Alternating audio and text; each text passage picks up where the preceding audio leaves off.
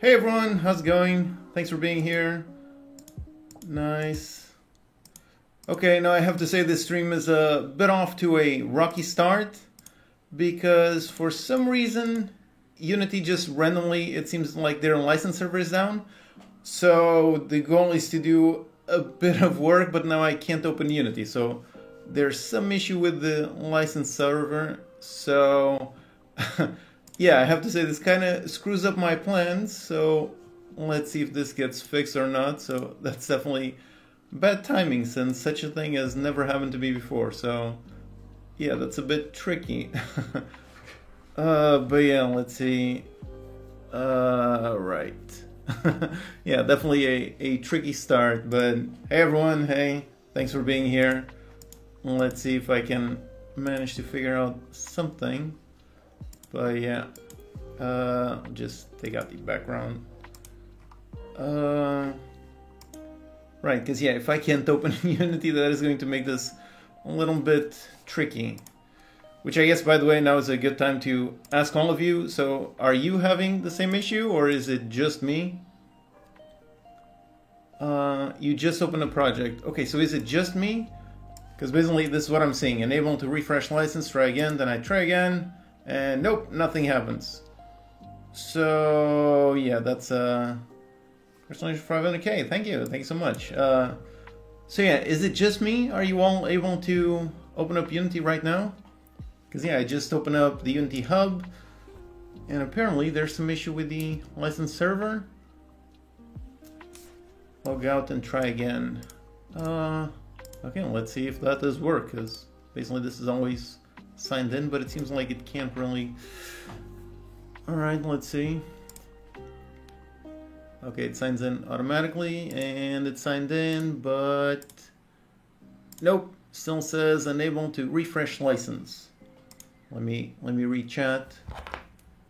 No issue here, opened the project a while ago. Okay, so that's very strange. Never had such a thing. Works fine for me. Oh, come on. So it's just a me issue, literally on the only time that I decide to do a live stream. Okay, so that's tricky.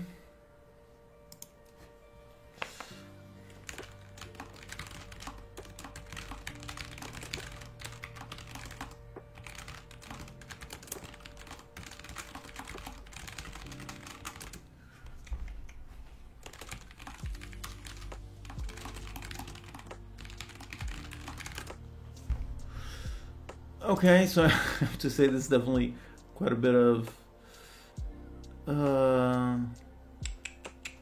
Hey, Olaf from Ericeira. Hey, nice. Thank you. Thanks for being here. Okay, so let's see if I can figure this out. Because, yeah, being unable to open Unity kind of makes this a little bit of a tricky thing.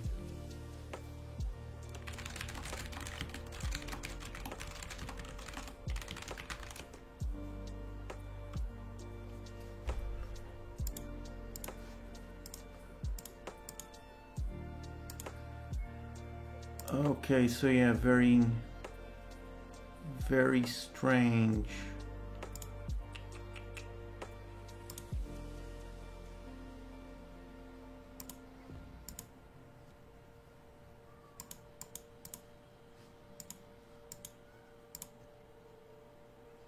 Okay, so I found a temporary fix, maybe? Is it loading? Okay.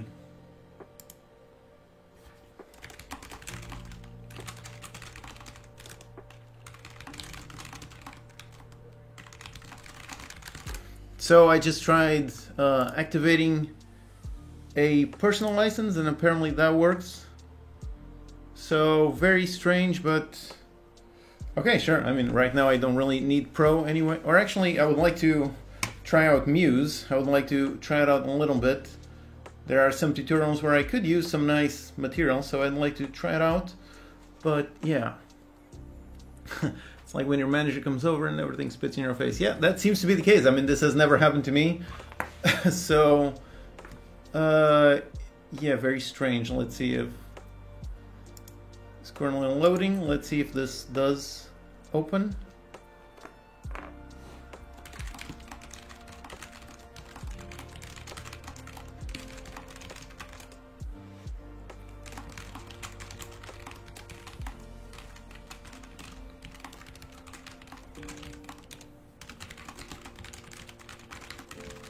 All right, so yeah, sorry for a rough start to the live stream.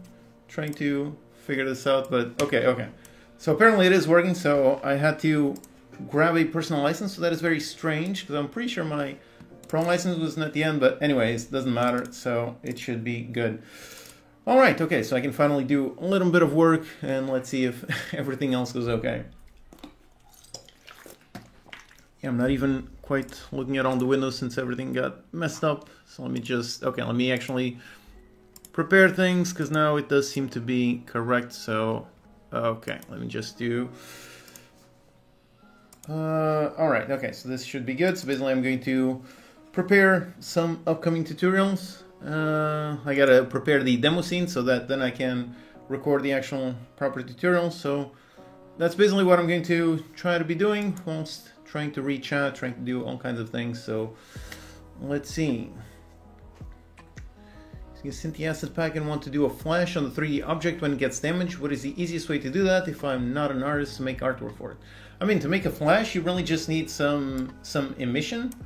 So like, for example, I actually need to drag a character here. So let me actually, I'm going to pick up one from these, so a basic character. And I just need to update the thing, because apparently I didn't. So let me go into rendering, to the converter, and yep, built into URP, material upgrade, initialize and convert. Okay, so that should work.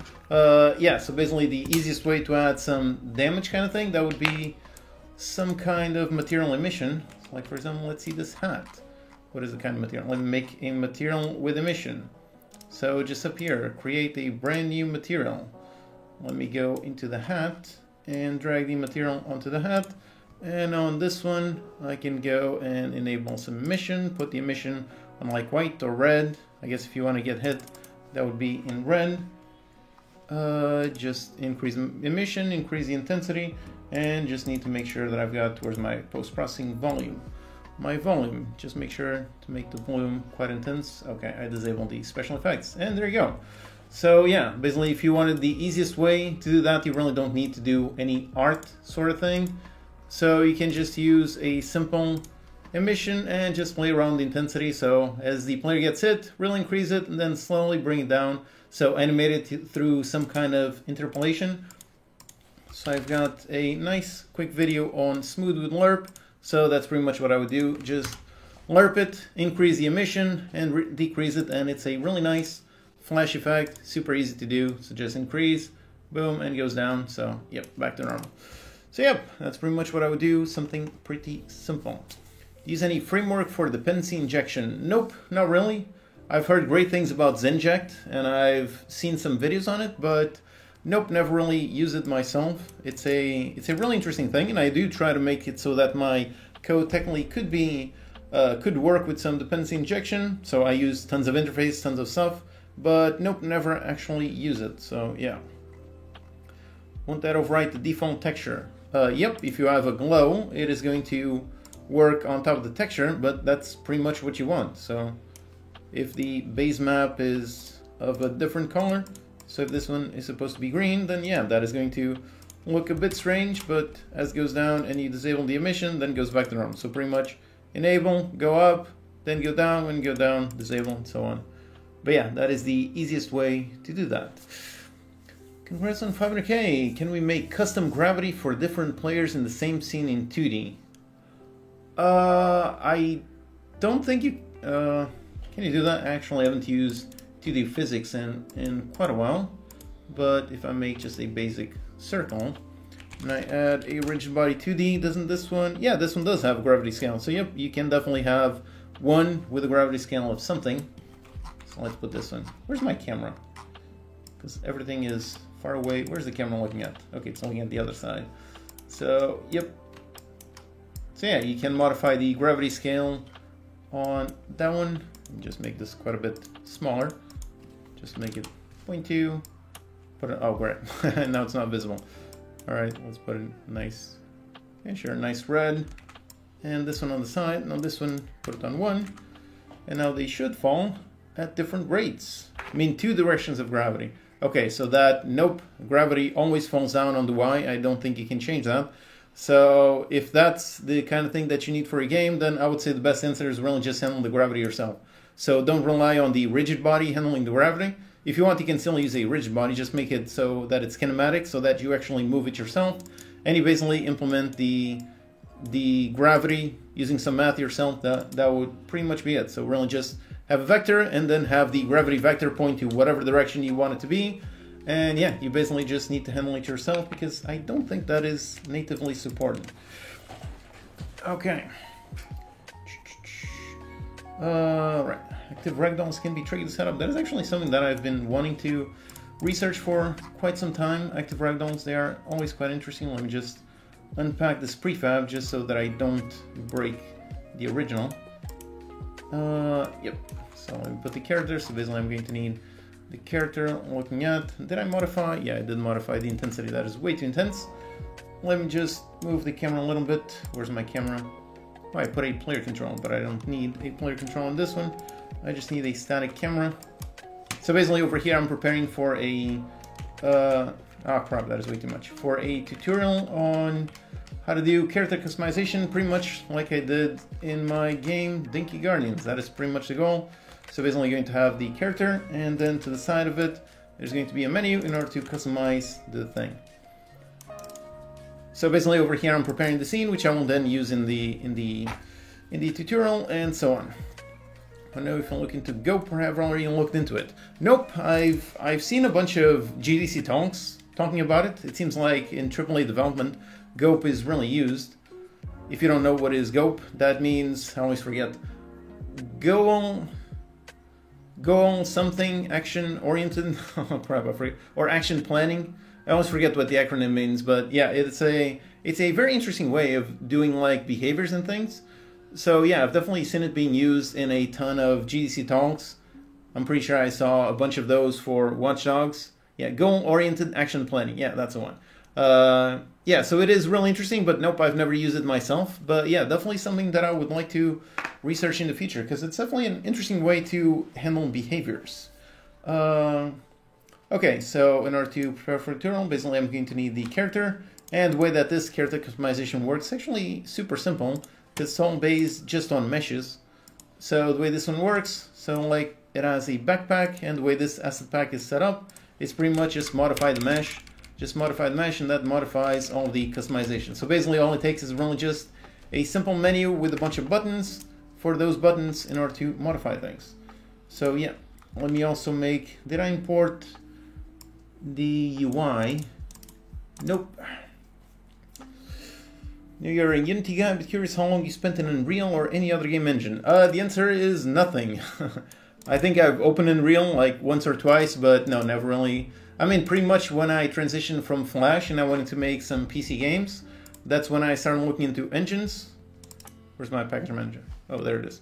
When I started looking into PC games, back then I looked at my options, and pretty much the only valid option was just Unity.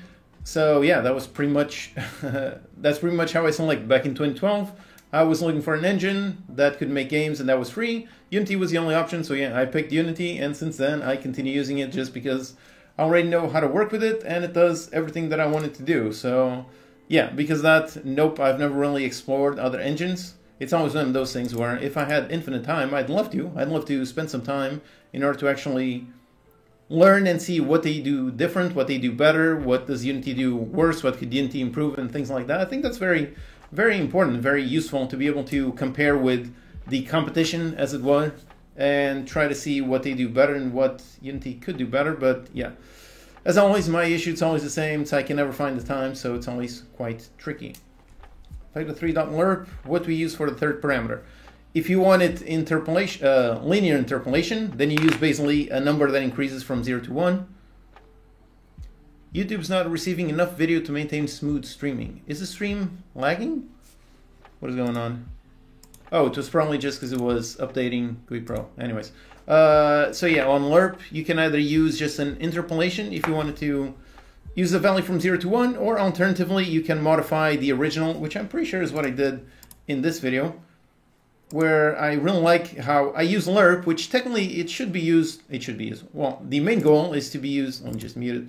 The main goal is to make it linear interpolation, but the way that I use it, basically I use the transform.position as the first value, which means that the distance between the start and the end value, that distance is constantly getting smaller. So by using that, it essentially makes this kind of smooth. So it kind of moves quickly and then slows down as it reaches a point. And yep, so yeah, for the third value, usually I just use the time.on-time multiplied by some speed. And yeah, lerp is one of those things that is super useful. Like you've got two positions and then you can smoothly interpolate between them. And I personally think that this one, the ease in, ease out, I think this is ease out. Yeah, because it starts off fast and then goes slow. Yeah, I think this is the one that is super useful. So yeah, that is pretty much how I do it. Should I use top-down engine for my new game? I mean, that depends. If you're making something that is top-down, then yeah, the top-down engine, I'm pretty sure I've used it. I haven't made a full review on it, but I've used it quite a little bit. And yep, it does seem quite capable. So yeah, if you want to make something in top-down shooter or something like that, then yeah, that can definitely help you speed up and get it to a really nice prototype really quickly. All right, so here I just need I'm just importing some UI assets just to make, oh, hey, custom character. Hey, nice. Game dev JJ. Hey, nice. By the way, if you'd like to make your own custom character, you can do it. So you can go onto the website, you can draw on your own mesh and draw your character and make it exactly anything you want. Just let me know when it is because it needs a manual approval process. Come out for tweening lerping with only a single call. Yeah, you pretty much need kind of async or coroutine, or in my case, I use my function updater class, which has where's my code, my Visual Studio. Yeah, basically, I just got a super useful class in my utilities that I've used tons and tons of time, which is pretty much okay. Let me just import this. Ah, crap! Everything is. Where's my window? Yeah, I gotta say my PC does become quite a bit slower as... That's actually interesting. Am I streaming at 60 FPS? That may be why. Maybe why it's a little bit... I should probably change that. Can I change it on the fly? No, I don't think so. Because yeah, I should probably not be streaming 60 FPS. Seems like that's a bit unnecessary, but anyway, sure. So yeah, just a little bit. Yeah, what was I saying? I've got my function updater. Is it still, it's still loading? My function updater class, which is my utilities. If you like to use it, go ahead, feel free to use it. And this one is super useful to me because basically it just creates an object which takes an action and then just runs that action on every update. So this is super easy to use. Like, what is the script? I don't know, but yeah. So basically I just go into function updater and I create the new function updater. Then inside I pass any kind of thing, run this every update. So for example, transform.position equals vector3.lerp, and I would lerp from this transform.position to a target position of some kind, time multiplied by some kind of speed. So then if load for the speed, 10f, and a vector3 for me target position, and this would be a new vector3 on 0, 0, 0, something like that. And yeah, so basically this is what I would do, and this would be just one line of code, and then the function updater, that one automatically constructs a game object, it automatically attaches a model behavior, and pretty much just would run this constantly. And then I've got a second optional parameter, not the function name, but there's one for the yeah, for my update func, instead of receiving, there's one for just an action, just runs this constantly on every single update nonstop. And then there's another one that takes a func, which returns a boolean, which basically when that one returns true, that is when that one actually destroys the underlying object. So basically what I would do is do this, then just return a vector3.distance, distance between the transform.position and the target position. And if that distance is within 0.1f, then basically that would destroy this object and stop running that code. So, yep, basically if you want to do it in just one line, personally, I use my function updater class. This is so useful. I'm pretty sure I made this, when did I make this? In the Hyperknight days, I guess, which was quite a long time ago. When did I launch that game? SourceScenePower.com. When did I launch that game? Hyperknights. Was that in 2016? 2017. Okay, so yeah, basically, there's a lot of the code that this game, this was the sort of the first game since I really started learning about writing clean code, about making code that is nice, reusable, super usable in tons of projects. So yeah, pretty much the code base that I made on this, I'm pretty sure most of the utilities I made back when I made this game, which was back in 2017. And nowadays, yep, the code that I use in this game, I still use it nowadays, so that is super useful. Something that I wrote literally 17, that was what, 6 years ago?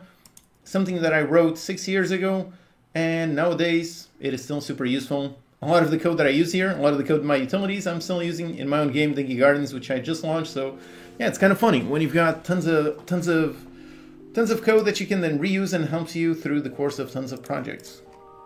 Oh hey, the Steam Awards, that's fun.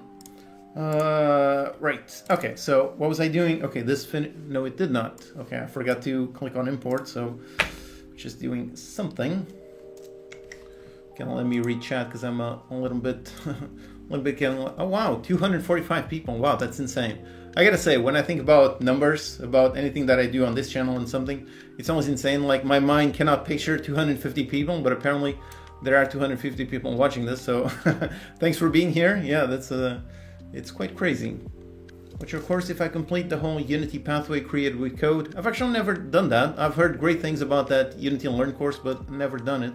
If I complete that, then Overcooked and Turn-Based will sharpen my skills, provide a solid foundation. Yep, I would say that's an excellent path. I mean, I haven't done the Create with Code, but I've heard great things about it. So yeah, if you start with that one and then go through my Kitchen Chaos course, that will definitely take you to like intermediate level. And then if you take the Turn-Based Strategy course, that will then take you into a more advanced level. So yep, if you follow that, if you follow those three, then yep, by the end you will have quite a lot of knowledge. Congrats on the Unity Awards. Oh, thank you. They actually said that they made some physical awards that they were going to send out, so I'm very curious to see what that looks like. That is going to be funny. Pen spinning, already tried, but it's difficult. Yeah, yeah, doing... This is pretty much the only trick that I know. I started learning pen spinning back when I was, I don't know, when I was like 12 years old, when I was a kid, and I found a website called pentricks.com. I don't even remember where I saw the videos, but yeah, that was something crazy. And yeah, I really got hooked into it for quite a while. I learned a ton of tricks, but yeah, nowadays I pretty much just know the infinity and the thumb around, so just the absolute basics. I don't know anything else. Yeah. So you shouldn't stream in 60. Oh, hey, Laumania. Hey, thanks for being here. Nice. I really like the look in 60 FPS. Yeah, I really like it for videos, but as I'm trying to do some work that is actually slowing down my Unity by quite a bit. So yeah, doing it 60 FPS right now, it's a bit tricky. Can you instantiate an object after in the same code to control its position and rotation? Not sure what you mean. I mean, if you call instantiate, you can do instantiate and pass in some kind of game object prefab. You can instantiate with a prefab, and then you've got this version with the original and the parent. But then you've also got this version, so you can bring it vector3.0 to spawn it on the 0. And then quaternion.identity to spawn with no rotation. So yep, you can definitely spawn a prefab and position it right away. Although personally, normally I do like transform for the spawned transform, something like this. So this should actually be a transform for the prefab transform. So I usually spawn a transform. I don't do anything, then I go into this one, dot position equals new vector3, put it on 1, 2, 3, something like that, then rotate and so on. So personally, I normally do it in 2 lines, but if you want it, then definitely you can do it in just 1 line. Hey, Paloma! Hey, thanks for being here. Nice. Wave to you too. Thanks. Is animating UI with Animator bad practice? Not really. So can you please make on UI tweening? Yeah, usually for the UI you do want... Usually people mostly animate the UI with tweening, but you can definitely do it with animations as well. Like for example, that is what I use in my game. Okay, I'm going to try to open another Unity thing, and apparently my Unity license is still messed up, but I'm going to try to open another Unity project and hope nothing breaks. But yeah, pretty much you can definitely use just animations, and I did use just animations in my game, but so yeah, you can use both. For some reason, usually the convention is in the UI, people like to interpolate a little bit more, but yeah, you can definitely use just regular animations. Okay, let me just make a little canvas, make it in world space. Or do I want it in world space? No, I think screen space, that is probably a bit easier. Plans for an ECS tutorial. Yep, I've been researching dots for the past few weeks. And yep, definitely want to make another one. But at the same time, I'm working on tons of things at the same time. So I'm already super busy for the next week. But yeah, I wanted to do it before the end of this month. But it might be early next month. But yep, definitely interested in getting back into dots. Actually, yeah, because I'm trying to think how I'm going to organize the UI, or rather how to organize the tutorial itself. Why light mode? Because dark mode burns my eyes. That's pretty much it. Let me just scale the screen size, 1920 by 1080, scale with the height. And yep, because this seemed quite a bit higher. All right, inside, let me put, not inside this one, put inside, put an image. And yeah, I wanted to make it look similar to my game. That one is still opening. So I assume the stream is a little bit slow right now since I'm trying to open another project at the same time. Personally, I do dark mode and all I can. Yeah, I know a lot of people prefer dark mode, but yeah, for me, it doesn't, I don't know why. My eyes are broken, I don't know, but yeah, for me, it really does not work. Looking at something, looking at white letters in a dark background, for some reason my eyes cannot focus. They get all messed up very quickly. So yep, for me it simply does not work. Okay, so here's my, crap. Here's my game, and someone was talking about, let me load up the other one. Where's my scenes? My scenes, let me go inside my game scene. And inside the game scene, a while ago, people were asking about 2D animations. Where's my UI? Why is my UI missing? Where did I put it? Is it because it's... Where's my UI? Okay, my UI just suddenly vanished. Why did you vanish? Where is my Canvas 3D? Okay, it's behind all of that. That's the issue with the... Yeah, okay. Yeah. So basically on all of these, this is how I handle my UI. This is the Canvas 3D, so this is the 3D UI that has that sort of nice little thing. And for example, over here for the Grabbing Machine, the Atom Grabbing Machine, inside I've got a container, and yep, this one is using a regular animator game object. So an animator, I've got a simple animator, just literally just a single animation, just a window pop-up. And on this one, if I inspect the animation, and yep, that's what it does. So it just moves up and has a nice little squish just to make it a little bit more satisfying. But yep, it's a regular animation component. So every time that I inspect something, that is pretty much what happens. So yeah, basically to answer that question about can you use the animator in the UI, absolutely you can. So it's really personal preference. If you want, you can do it based on, where's the continue button? If you want, you can use it based on interpolation, but if you also want to do it, is this muted? Because I don't want to mess up the thing. But yeah, so if you want, you can make it based on animations. Oh, that's a cool character. Or you can just make them like this. So this is a regular animation. So just as I inspect, and there you go, it comes up, looks really nice and satisfying. All right, okay, so Doozy UI. Yeah, I've definitely heard good things about that. I've seen a ton of great reviews on the I've actually never used one of those really complex UI frameworks. I know there are a bunch of them, and they all seem to have very positive reviews, but yeah, I've never actually used them, so that's that's definitely something that I would love to try out to see exactly what they do. Will you ever create a multiplayer FPS tutorial? Sure, if I had infinite time, I definitely would. That's always my problem. I mean, I wish I could make a complete 20-hour course on every single genre imaginable. So making an RTS, making a multiplayer FPS, making a survival crafting game, even making something like Flappy Bird or Pac-Man, just the basics. I'd love to be able to make like 20, 30 courses, but each course takes like, I don't know, 2-3 months to make. So basically for me to build all the ideas that I already have in my head, that would already take me like 5 years. So eventually over time, I would love to be able to have a ton of content on pretty much every single genre imaginable. But yeah, it's definitely going to take quite a bit of work to get to that point. That's going to be quite tricky. I'm using your multiplayer game as a template for mine. It's incredibly helpful. Oh, that's awesome. That's cool. Hey, best of luck with the game. Yeah, multiplayer is tricky. So yeah, I really hope it helps. Nice. What's the difference between making a timer in update versus coroutine versus async? I mean, in terms of the final goal, those are pretty much all the same. Meaning those are all timers. Those all do things. So yeah, you can do it on update with a float timer. That is usually the thing that I prefer. That is usually the simplest way. Just have a float timer, count it down. When it's elapsed, do something. Pretty simple.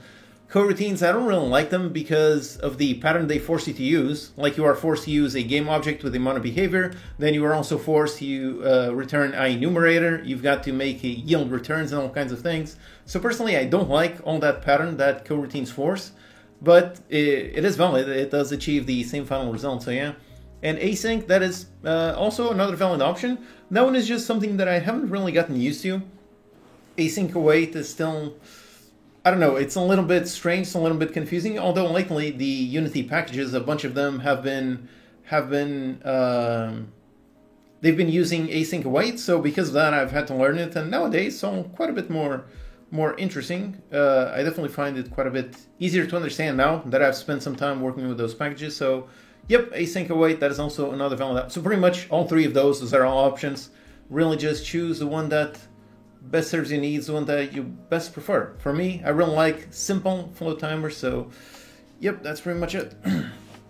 Love this chat template. Nice, thanks. Yeah, this is a fun overlay. Just want to tell CodeMonkey how helpful he is. Oh, that's awesome. Thank you so much. And if you want to know how I made this overlay, I covered a bunch of tutorials where I did this. So if you want to go to the end of that page, and you can definitely do it. So this is a transparent Unity window. All these characters, these are all using mesh-based animations. In order to interact with YouTube API, that's just a simple HTTP request. And the characters, these are actually, a while ago I was talking about how I've reused tons of code from previous games. And over here I'm using a bunch of code and art from previous games. So these characters down here, if you've played my game Battle Royale Tycoon, you won't recognize these characters. These are pretty much exactly the same. So if I search for Battle Royale Tycoon, and there's my game. Oh yeah, there's the Steam sale. I totally forgot it was discount. Anyways, yeah, so if you look at the characters down here, yep, they definitely match these characters. So yeah, that's another awesome thing when you make tons of projects, tons of things. You build up a library of lots of things that you can then use over time. So yep, all these sprites that I drew, this game was in like 2018, so I drew these sprites back in 2018. That was like 5 years ago. And now when I made this nice little overlay, I was able to reuse the sprites, reuse the animation code, and so on. So yeah, that is why I always talk about so much when it comes to writing good, clean code and code reusability. It's because it is this important. Like when you do something, you can then reuse it and save a ton of time. Do you have a secret project? Yeah, that's something that I've been working on, which, yeah, I would like to do in a little bit. But first, I'd just like to get this one working. So I just need, okay, what did I want? Let me just try to do a little bit. Nice. Have a nice day. Hey, you too. Okay, so basically I just want, okay, where's my, let me go into the other scene. That's the character creator scene. Let me go inside. And over here, why is it in Portuguese? I don't know. But yeah, so inside, let's go. I basically just want to reference this just to be able to find, so the frame table Navy, let's just find this one here, just to make the demo scene for tutorial similar. Oh crap, how am I going to move this? Okay, down there. Let me just move, where's my, I don't know, where's my scene? Let me just, over here, just put it there, and yeah. So basically, for the character customization, I really just need. Oh, right, I need an idle animation, so I'm going to have to do that.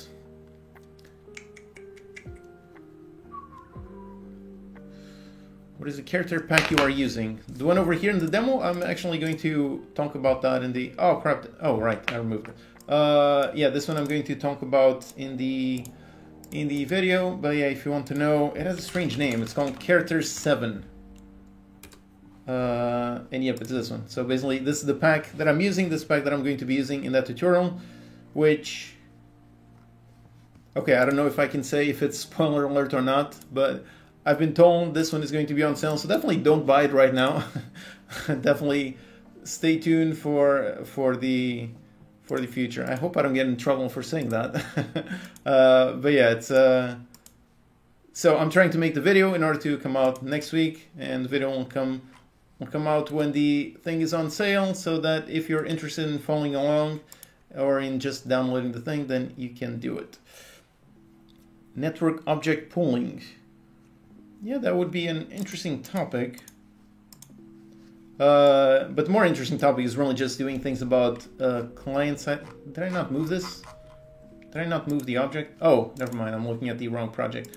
Yep. So basically, looking into client side prediction. That is the main thing that I very much would like to work on. Okay, let me just fix the helmet, and then let me try doing the other scene, and then I'm going to. Oh crap! What material should I be using? This one. So let me just copy this one, choose the helmet, and put it. Not this one. This is the hair. It's not the hair. Where's the helmet? Which one is the helmet? This is not the helmet. Ah crap! I can select it. It's not this one. Okay, it's this one. Okay, so it's the hat. That was the helmet. NGO plus addressables is an interesting topic.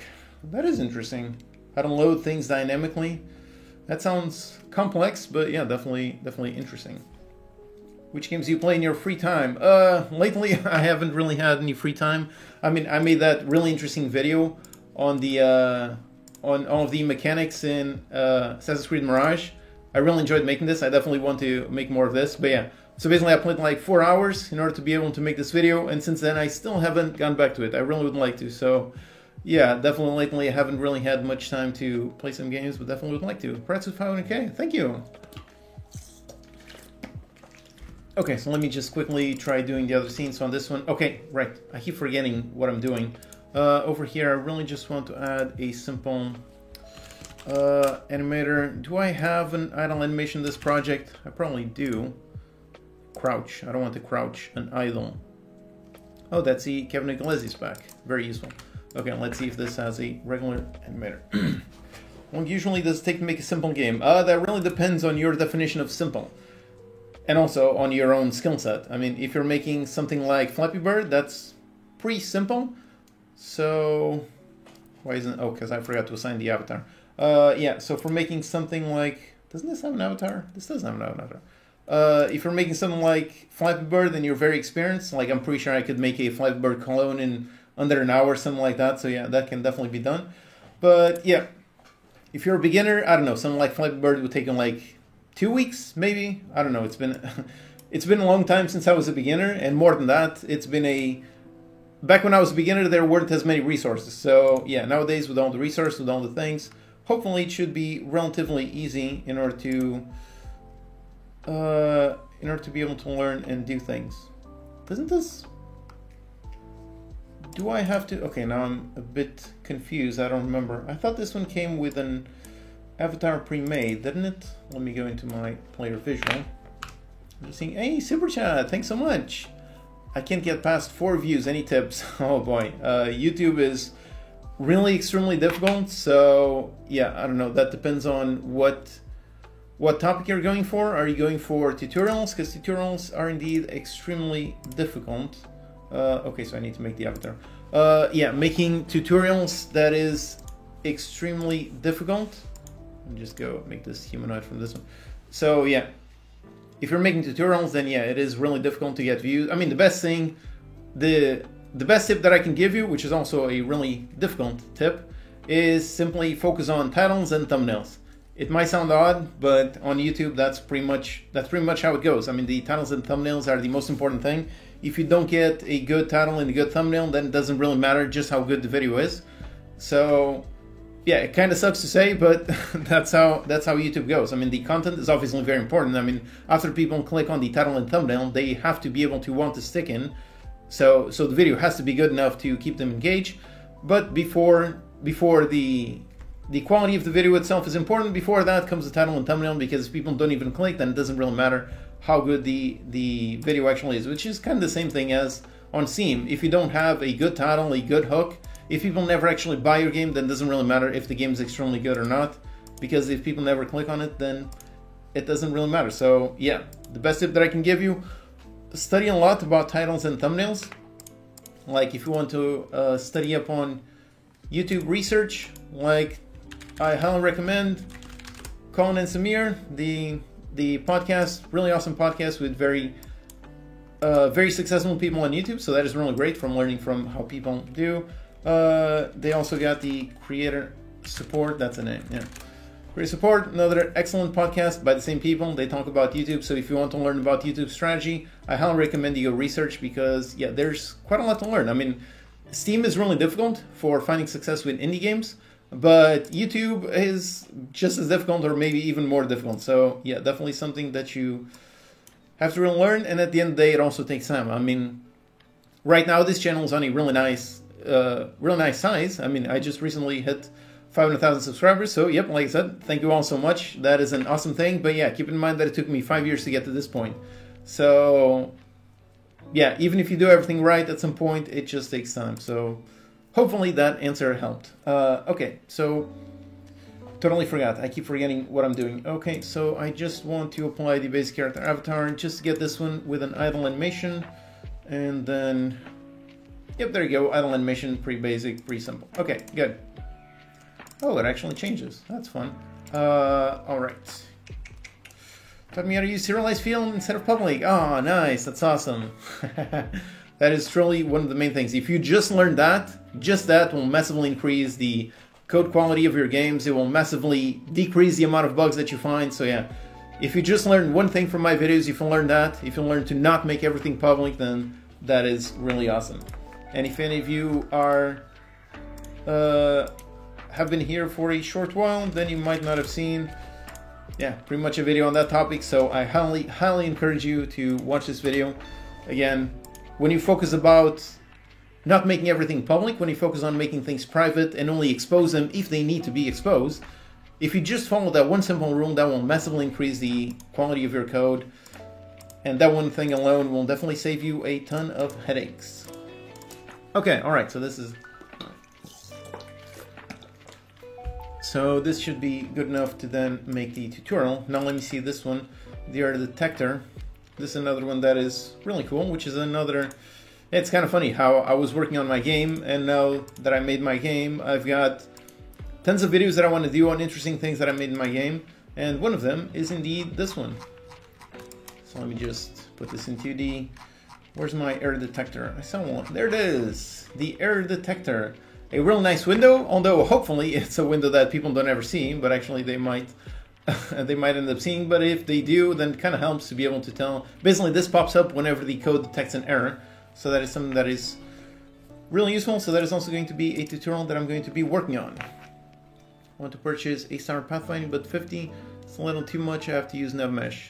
Yeah, I mean, if you've got simple use case, then NevMesh works just fine. I mean, I would say you only need pathfinding. You only need that asset if you absolutely need the performance. But at the same time, I'm pretty sure that one has a free tier.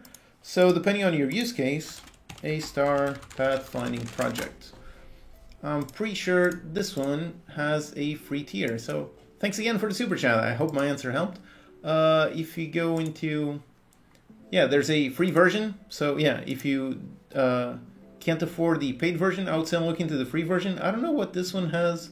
What are the limitations? But I'm pretty sure it also has multi-threading, which is kind of like the main thing that I use the asset for. So, yep, definitely try it out, and hopefully that should help. Okay, so let me see, what did I want to do in this scene, which is actually a scene from a tutorial that I already did. and that now I want to do a bunch more things. Oh boy, this is way too sensitive. Oh crap. Yeah, definitely, whoa, moving way too much. Alright, so yeah, interact with this guy. Okay, why is the text not showing up? I'm not sure, and why is it... Okay, so I'll have to sort that out.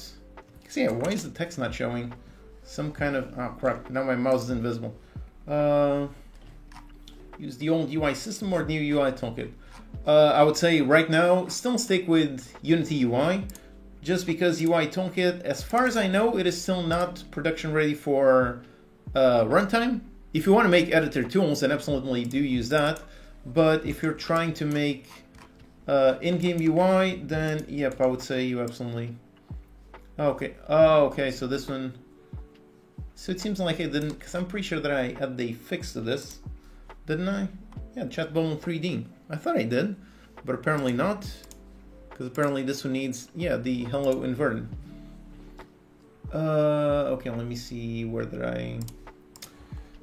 The chat bubble 3D. So apparently I put this one wrong, or maybe I just changed the code afterwards. Hey, that's it. Do shorts help you grow? Technically they should, although I haven't really experimented with shorts way too much. Doing shorts for educational content is really quite tricky, so yeah, that is one of those things that I would love to be able to do, because yeah, apparently they do work quite a lot. But oh, that's the thing. Oh, nice. And open door. And yep, that's good. Okay, so that's the thing that I want to try out. Yeah, always use this Unity layout or try difference. Well, I mean, I tried tons of Unity layouts until I found one that works. And yep, now I pretty much always use this. So I've got my scene, I've got my game view, I got the inspector on the side, the project with the console next to it, and the hierarchy. So yep, after much trial and error, this is pretty much what I've come to. I see you streaming. Hey, thanks for being here. Yeah, the stream got off to a bit of a rough start. I still have to figure out what exactly that issue is, but yeah, thankfully now it kind of worked. Gotta say, my voice is already getting a bit messed up, even though it's only been, what, like 30 minutes? How long have I been streaming? Oh, 45 minutes. Was it? Oh yeah, I started at 11:30. I thought I started at midday. Yep. How do you feel about unit testing? As a solo dev, I feel it's not really necessary, although it might be beneficial for teams. Yep, that's pretty much how I feel about it. I mean, I do think unit testing is really awesome, really cool, and I definitely try to write my code so that it could be testable. But at the same time, yeah, for a solo dev, I have to write code nonstop, and yeah, pretty much just don't have time to actually write unit tests. So in my case, I try to write code as clean as possible. I try to write code as if I was going to make tests. So I try to keep things nicely decoupled. But yeah, I never actually write tests just because, I mean, I have to be so fast in order to be able to make games in a short enough amount of time so that the games are successful. So yeah, I never really have time to do unit tests. But yeah, I would say if you're a solo dev, at least write code that should be testable. And if you're on a team, then yeah, at that point, writing unit tests could probably be very important. So, yep. What was I saying? Oh, right, I was trying to talk about this scene. Just in case you haven't seen this scene, this is the NPC interaction system. It's one of my favorite tutorials that I've done. I really like the demo scene that I've did. So, yeah, and it's another excellent use case of interfaces, so that is really awesome. Oh boy, so many messages. Trying to keep up with the work and answer questions. So just 1 second, because I just gotta... Okay, let me actually... Alright, so basically over here I need to... This is going to be the demo for the error detector. So basically over here I need to trigger a bunch of errors. And the first one that I want is over here on the door. So I gotta remember how exactly did I implement this. So I've got a door interactable. And on this door Oh, it was the script that I had open and that I was writing a bunch of random code. Okay, so basically when I interact, I toggle the door. And over here, how do I do this? Okay, let's say, because if I do this equals null, okay, that is going to force a null reference. Or similarly, if I remove that and I've never actually get the reference, that is going to do it. But I think it's only going to trigger the error once, and I actually need it to trigger constantly. So let's see that. I don't have time to watch it all, but I want to thank you for teaching amazing stuff. Oh, that's awesome. Thanks for the kind words. I'm glad the videos have helped you. Make a tutorial on UI Toolkit. Yep, that is one of the many things on my to-do list. I very much would like to. But yeah, finding the time is always a tricky thing. I've done a bunch of research and looked quite interesting, and it seems to be going quite well. And okay, got an error. Nice. That's exactly what I wanted. So, yep. Can try my first mobile game. Probably not. I don't really usually play mobile games, so what are box leather? What is wrong with these box leathers? Okay, I don't know, but apparently a bunch of these box leathers. Oh, they got negative. That's strange. All right. Anyways, yeah. So let me just. Yeah, that's the problem. That it caused the error, but just once. I needed to cause the error multiple times. So.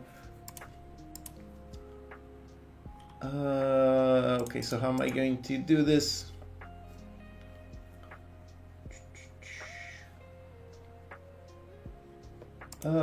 Basically just want to trigger an error on every single update so that I can then test out that the error detector is able to ignore errors that it already seen before. What is a secret project? That is some really interesting questions, a really nice system that I've been working on for a while, and in a little bit let me just finish this demo and then I'll showcase that super secret project. It's actually not that secret, but yeah. Okay, but if I do it like this, it's going to let me do, yeah, basically just only set it if it's true. Obviously, this would not be production-ready code, but yep. How come you don't release for mobile? That's because mobile is a completely different, completely separate world. In terms of marketing, it's a completely different thing. It's all about paying for user acquisition and all sorts of things. Mobile is really tricky. Not to mention, of course, the input. I mean, being able to use mouse and keyboard versus touch. That is always going to be quite a big change, so you can't really just convert the game to mobile with just one click. It requires a ton of work, and then since I don't know anything about marketing on mobile, chances are it wouldn't be successful, so yeah, that is why I don't really do it. Although I would like to go into console, so I've been researching that potential because that could be useful. Since the game is already playable on a gamepad, it should be pretty easy to put it on a console. Alright, so it is triggering the error multiple times exactly as I intended. Okay, so that's good. What were the other errors that I wanted? Oh, okay, so the other ones I'm going to trigger when there's the... Alright, so yeah, that's about it. So I just need the draggable window. What means production-ready code? I mean, it just means that I would not do this. I mean, this is this is very wasteful code. Why is it checking for is open and then setting the boolean in every update? This makes no sense. This is just a waste of performance. The correct code is the one that was previously, which is the one that I taught in the original tutorial, which is it only modifies the boolean on the animator just once whenever the door changes state. So yeah, that's pretty much what you do. Just change the state once instead of constantly changing it every time.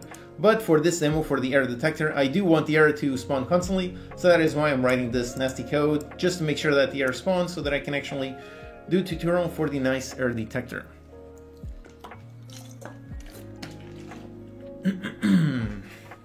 Console's nice, but do you require a Unity version from Nintendo to release on Switch? You do need to have Unity Pro in order to be able to export to consoles. And beyond that, you need to make a account with the various dev account things. So a Nintendo dev account, a Microsoft dev account, something like that. So yeah, it does require that. But in terms of software, in terms of the actual code, I don't think it should require much changes. But we'll see. I mean, it's going to be the first time because I've never done a console game. So there's going to be an interesting journey. And if I can talk about it, that's a problem. Because consoles, those are always behind some heavy NDAs. So I'm not sure how much of that process I can talk about. But once I go through that process, I'll see what I can talk about and maybe make an interesting video. How do you research? I'll have to do a video on that. I'm afraid that would not be a very interesting video because research basically just I load up the documentation and I read through it. Then I write the script for the video. Then I try it out myself. I figure out how to organize things. So yeah, I don't think it would make for a very good video just to be me right here staring at things. So like for example, I'm working on the video on the Unity localization package. So what did I do? I mean, first of all, I've used it myself in my game, but then I came here to the official documentation. I went through the guides and they've got a quick start guide for this one. So just went through this guide in order to see everything that the package can do.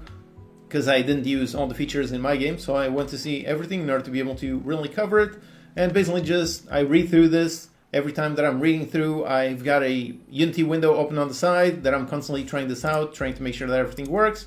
Then I'm also writing the script for the video and so on. So yeah, basically my research process requires a lot of silently reading, so I don't think it would make for a very engaging video. Right.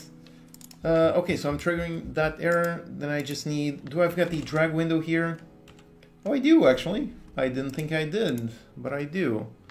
Okay, so let me just make a draggable window. Does this have a canvas? Do I got a canvas? I do have a canvas. And inside, oh, I've got the player interactive UI. Okay, so let me just remember how I made that. So a window, and then I'm pretty sure the window is meant to have something, and then inside I've got some kind of background. And for the background, let's put it something like this. And then let's make another one for the title background. Make it a bit more gray. And for this one, okay, so let me just make a nice window here. So 300, 300. Put it on the top left corner. And put it on 0, 0. Okay, and for the title background, put it something like this. So, yep, pretty much is done like that. And for the window, I'm pretty sure this one is meant to have... Okay, let me actually... Just a second, I'm not reading chat right now. I'm trying to figure this out. So for title background, let me anchor it on the top left corner like this, like this. Okay. So now I need to remember how that I made, not the drag drop, but the drag windows, because I want to make a window that's draggable. Apparently I need a reference to the canvas and the drag rect transform. Oh, okay, so I think this is meant to be on the title background. I think this is how it's set up. Okay, let's see if like this code already works, maybe. Oh, Tiquinho, acordaste. My dog just woke up, so yeah, I'm a bit busy. Right, so I got the window. Ah, crap, I forgot that I unlocked the mouse. Oh, crap. Okay, I didn't think about this. How am I going to interact with the window? I guess I have to lock the... Yeah, because like this. Ah, crap. Okay, this is a bit tricky. My dog's going nuts because he could hear yours. Really. Morning, Tico. Bebezinho. Já vamos. Espera aí, bebê. Okay, so now I gotta fix this. Okay, so now that's an interesting question. So somebody was asking me, how do I do research? Well, this is part of the research process, which is I want to do an error detector window. I want the window to be draggable. So now how do I implement draggable if my demo already has a player that moves around? So yeah, unlock the mouse while that window is open. Yeah, I think that's what I might end up doing, even though I wouldn't really do that in a final game just because that would be really frustrating for the player. But yeah, I guess in the final game, I would maybe do some kind of like escape menu. And on the escape, that actually clears up the mouse. But yeah, that is actually, all right, but just for a demo, because I really just want to get this, where's my player? Where's my player capsule? Ah, crap, now I don't remember how I set this up. It's the first person controller. So is this the one that sets the cursor? Oh, Tiquinho, peraí, bebê. Nah. Was it the player interact? Because now I don't know where am I setting that. Oh, keep. Se não dá. Peraí. Make tutorial or showcase how you manage scene hierarchy, like how you organize that stuff. Honestly, when it comes to that, I do something pretty basic. Like, this is it. So, as you can see, I don't really have a hierarchy. This is the project for my game, Thank You Gardens. And as you can see, I really just got separate scenes. These are all completely separate. I don't normally use additive scene loading. So yeah, pretty much just got a lobby scene. I've got a main menu scene. So I've got all of these that get loaded pretty much just one by one. So I don't really do much in terms of scene hierarchy. I've got my character creator, my character select, my game scene, and so on. So yep. Although working on learning more about additive scene loading, that is definitely something that I would like to research, just because it's something that I know a lot of people use, but personally I've never really used it. So, but yeah, in my case, I don't normally do anything complex when it comes to that. Just do super basic. Oh, keeping better. Right. So let me just, because I need to be able. Where did I set the cursor dot lock state equals lock mode dot none? Let me just find the reference. Where on earth am I setting this? Am I using the player character control? Maybe. No, because I locked it on the... Oh, am I only putting it on... Alright. Or maybe it's this one. Ah, crap. Because now I'm using this controller and I don't remember. Thank you for your work. Oh, thanks for being here. Do you use version control? Not really. For me, that is probably my most controversial opinion, I guess. The other day I posted on Reddit about, okay, so it does work. Okay, that's all I wanted to see, just as this works, and yeah. But yeah, the other day, like a few weeks ago, there was a post on Reddit, and I talked about my personal experience, which I really just create simple backups. I don't really use any version control software, just because personally, not something that I really need in my own personal workflow. But yeah, apparently a lot of people were really upset that I said no. I mean, I would never tell you to not use it. No version control. I mean, if you like using it, absolutely use it. Go ahead and use it. Just personally for me, for my use case, for the way that I work, no, I just use super basic backups. Like literally just take the entire project folder, make it into a RAR file, and I just back that up. That is simply it. Yeah, it is a sort of version control, just a very janky, very basic one. But yeah, if you like using software, I definitely would not advise against it. No, by all means, keep using it. Just personally, yeah, I don't really use it myself. GitHub saved my ass a few times. All right, so that means that it's definitely worth it. So yeah, definitely go ahead and keep using it. Okay, so I just wanted to see if the moving the thing works. So I really just got to figure out some way to disable the camera whilst the window shows up. But anyways, yep, the window drag does work. Which again, a while ago I was talking about reusing code, and this is yet another example of that. So this is a video tutorial that I made, I don't know, window drag, what did I call it? No, not that. What did I call it? Drag windows? Drag window, there you go. So I made this one in 2019. I made the code for this video and now I just reuse it in another tutorial. So if you want to know how to drag UI windows, there you go. So much freedom in trying out things without potentially breaking stuff. That's true. I mean, I guess for me, I don't necessarily need that.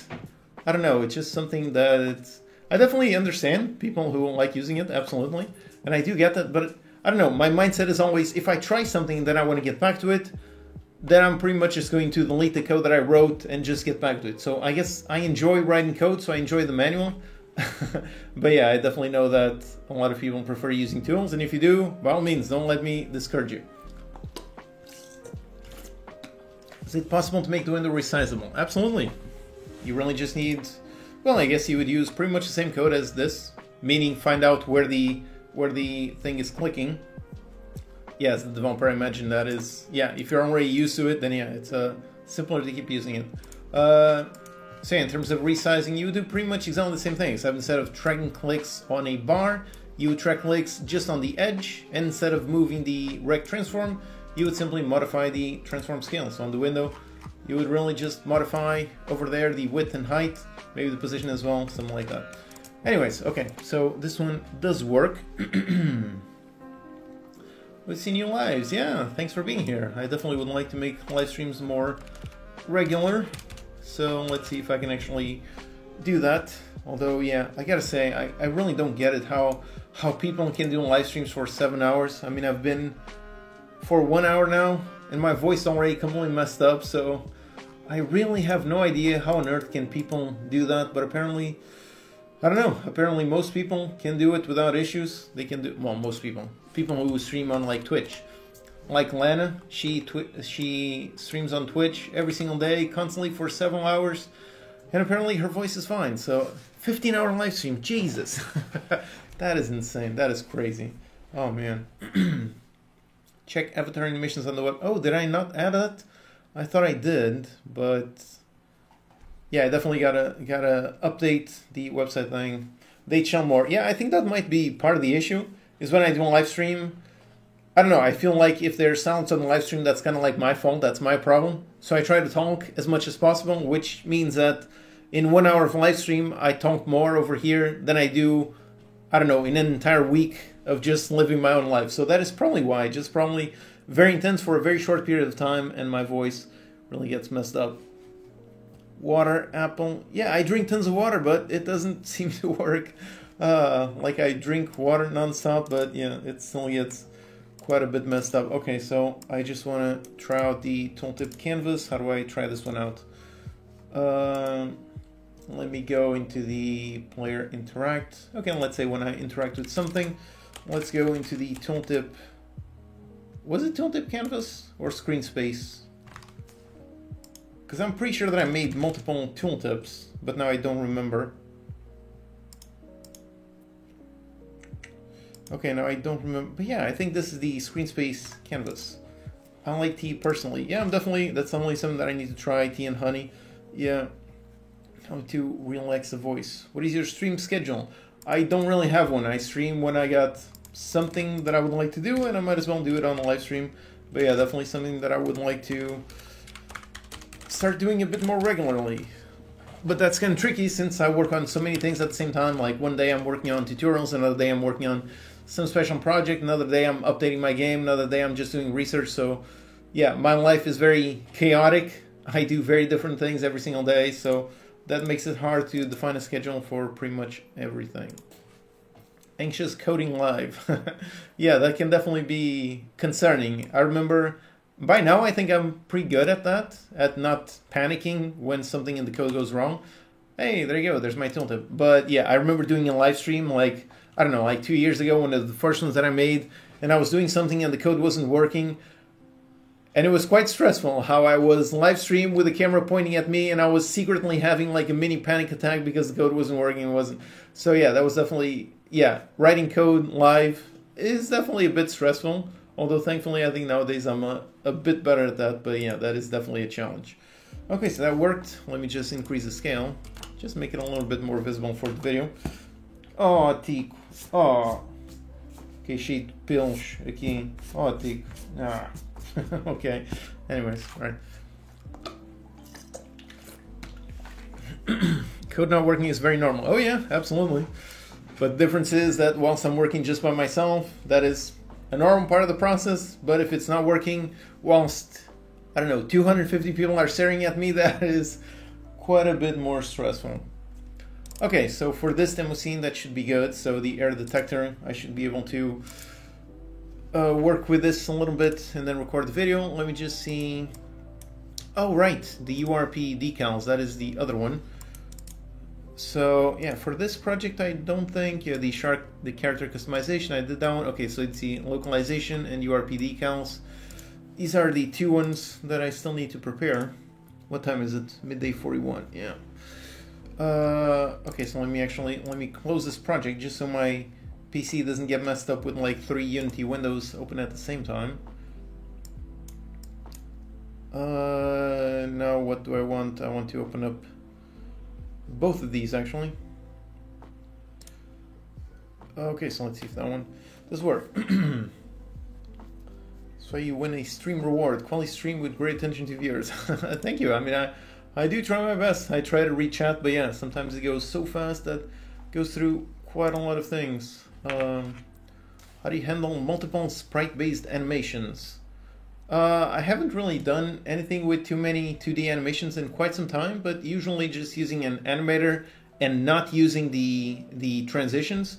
Usually that is something that really works. So you basically just got separate animations. Each of them are separate sprite-based animations, and you just transition instantly instead of having a smooth transition, because that doesn't really work with sprite-based animations. So you just got an animator with various animator states, and you use code instead of the animation, instead of the transition system, in order to play one animation, then play another one, and so on. What happened to my avatar? Oh yeah, it does. What happened? Did you change it? Because if you change it, then I have to manually validate. So let me actually see if anyone made some custom avatars. Let me just open up that window. Validate player textures. I really need to improve this system because it takes quite a while in order to validate everything. But yeah, okay, so that is taking a little bit to load, and my window has already loaded. And do I got, what is this one? This one is the miscellaneous one. Okay, so that one is good. Dinky Guardians, yeah, probably don't need, but leave that one open. Drag windows and so on. Okay.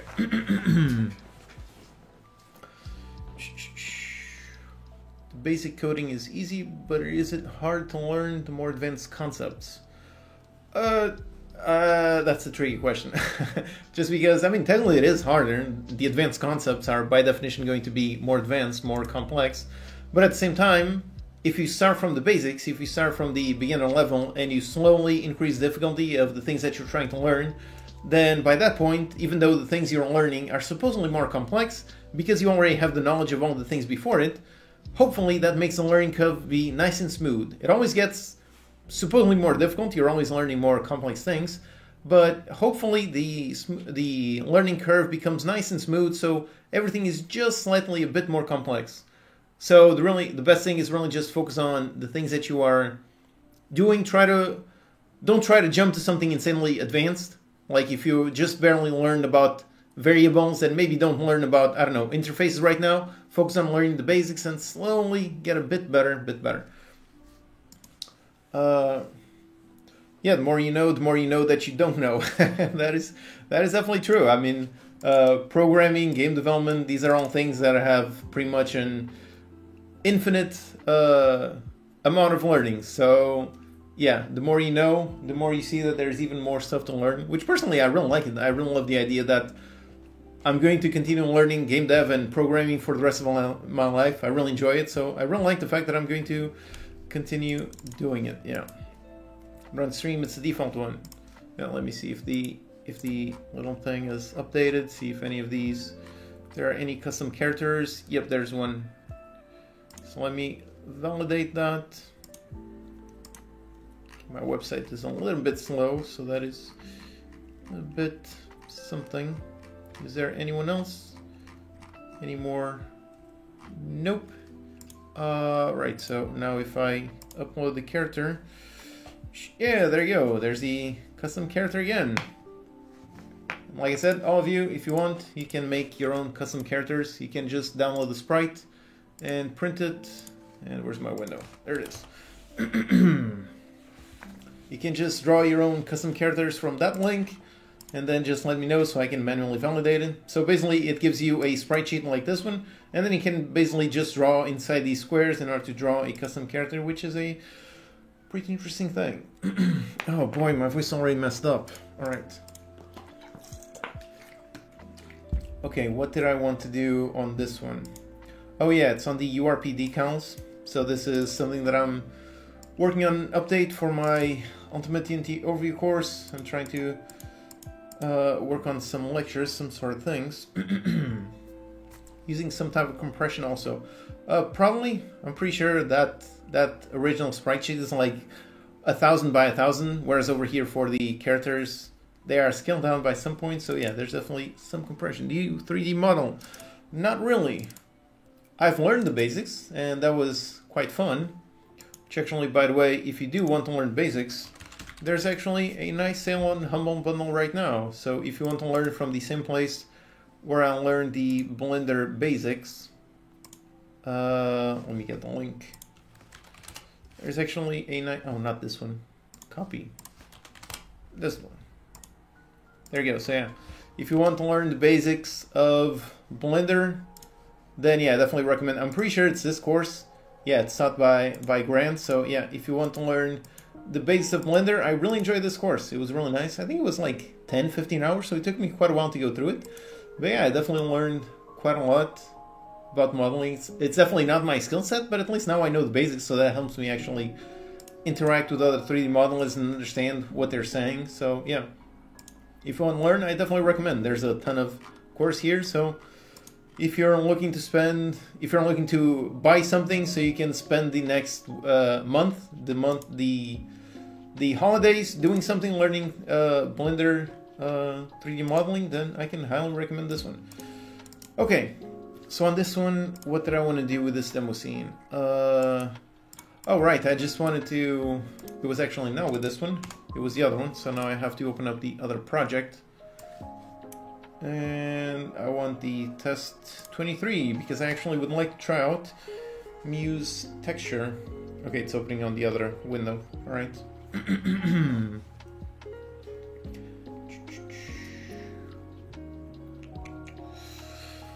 How to make selection character. There's a billion things to do that, but I would recommend you look into my free course, because on the multiplayer one, I do include character selection. So if you want to learn how to do that, definitely look into that. Here's the course curriculum, and yep, there's a character select scene. And you can go on YouTube, and you can see how to make the character select, where you can select from multiple characters, multiple things. So yeah, if you want the absolute basics, this is pretty much the most basic character select scene. Although at the same time, whilst this is basic, is actually... I was going to say it's the same one that I'm using in my game, Dinky Guardians, and it is true, but on that one actually the customization is done before that, so it's a bit... But yeah, if you want to do the most basic things, then it is... That's a great resource. Alright. Hey, that was Bless, thanks for that. Hey, thanks for watching. I hope it helped a lot. Okay, so let me put this here. And yeah, because I actually still haven't tried out this, so the new material generator. So basically, I would like to, instead of using boring cubes in order to demonstrate over here how the decal projector, how this one works. I'll put this one on everything. Yeah, even though the character, move it off to the side. Yeah, so basically I'm going to need some kind of pillar, so let me reset that. Put that just something like this. Like some kind of pillar, but I want it to be a bit more interesting. And for that I figured I might as well try using this, because I haven't used this yet. How are you doing? I'm doing well. Thank you. Thanks for being here. Need to actually complete Kitchen Chaos. Things have been so busy with. Definitely take your time. When you have time, get back to it. I mean, the course is there forever, so definitely don't speed up. Whatever you do, just focus on actual learning. So take your time, go nice and slow, and yeah. Thanks for work. Thanks for being here. Thanks. Okay, what do I want? Let me just put concrete. I suck at thinking of things to do. So that's the thing. I'm not an artist, so I don't know what is a good looking texture. Now, is this a good looking concrete texture? How do I make something a bit more...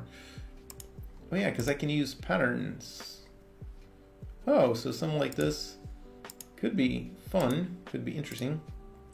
I live in Portugal, do you speak Portuguese? Yep, same. I was born here, so yep. Even though I've been learning English since I was like 10 years old, so yeah, by now English is pretty much... It's almost more natural to me right now than Portuguese. If you're playing texture on default cube, make sure to adjust it. Oh yeah, I need to modify the scale. Yeah, because I scaled that cube, so yeah, that is going to be a little bit like that. Let me put concrete, but with some shape. How do I get back to generations? Oh, that's strange. Oh, so if I... Oh, it had its refinements on that one.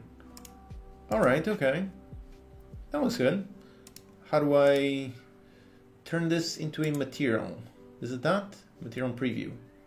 Is it previewing? Okay, so that's the preview. And the height. Let me massively increase it. That was fun. Metallic. No. This should probably not be metallic. Smooth. Super smooth. No, concrete should probably not be smooth. So now the main thing is, because for my kind of texture creator is this. This is the Unity AI Muse thing for generating textures. This is the first time that I'm using it, so I'm learning as I go along. Secret Project is a free C# course. That's actually not secret, I'm pretty sure I've mentioned that. Yeah, the next thing that I'm working on is a free C# course. So yeah, the Secret Project is something a bit different. But yeah, going to be that in a little bit.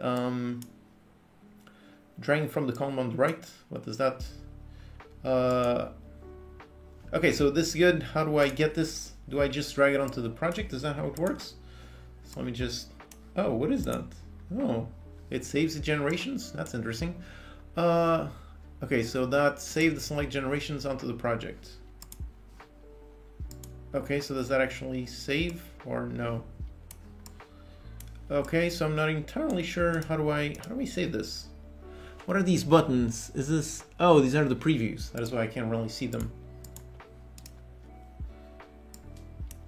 Okay, so I'm not sure. Why is this not... Isn't it supposed... It feels like if I click on there, save the select generations into the project. You drag the material onto the mesh. Yeah, but I don't have a material yet, so I can't... Do I drag it from here on somewhere? Let me put something here. I'll make a 3D, make a cube. If I drag that one onto that one. Okay, so apparently that does work. Thank you. But that's strange how clicking on this button, save generations, this one, I would expect it to save, or maybe it didn't, because where is this material? Where is this stored? Okay, so now I'm confused. Is it a bug or something? Because over here, this one doesn't have anything. And I click on that one, and this material does not exist anywhere. Is it supposed to exist like inside the other one? You have to select the preview and then click on the save button. Oh, okay. Okay, I would say either I'm very dumb or that probably needs a bit of a better workflow. Because yeah, if there's nothing selected and I click on it, I would assume that it would download this one. But apparently no, apparently I have to select here, then click on it, and now it tells me to save on something. So concrete material, and now finally it does save onto something. Okay, so that's good, that's what I want. Let me just, okay, I can't dock this window somewhere. I can, nice.